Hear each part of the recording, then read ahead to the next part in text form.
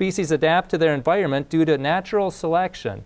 Yeah, that might have a little bit to do with it, but it's mainly epigenetics.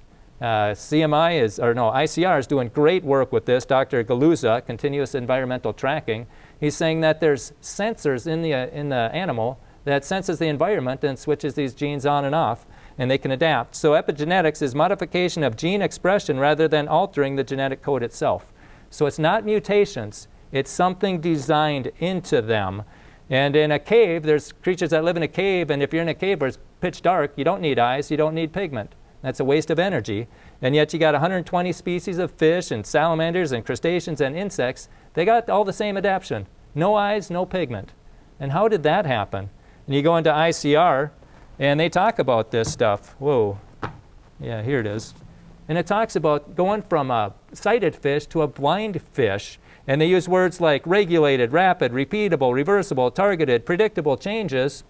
Yeah, that's in the creation literature, but guess what? It's in the secular evolution literature too. And they can't explain it, not at all. I heard Dr. Galuza speak in Harris last year, and he quoted this journal, and he said these fish can go from sighted fish to a blind fish in 1 generation. 1 generation. This Nature magazine says that blind cavefish can see the light. And it says that by mating blind fish from distant underwater caves, researchers have bred offspring that can see. Well, I'm thinking, did they do that experiment in a cave or in the lab where the fish needed light? I would say try that experiment in the cave and see what happens. Because there's something in the embryo that senses the environment and clicks on and off these genes. And then this National Geographic one says, it's a miracle. Blind cavefish, despite having adapted to their lightless environment for more than 1 million years, again, that's not testable, can produce sighted offspring in just a single generation. So this isn't random mutations, this isn't natural selection, and it's got evolutionists so bothered they started another website called thethirdwayofelvolution.com.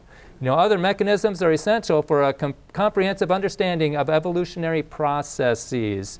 Alternative ideas of the evolutionary process are wanted. Hey, I got an idea. How about creation? Let's throw that one out there and see how it hits it out of the park. And so this, where it says species adapt to their environment due to natural selection, I say that's very misleading. It's mainly due to continuous environmental tracking.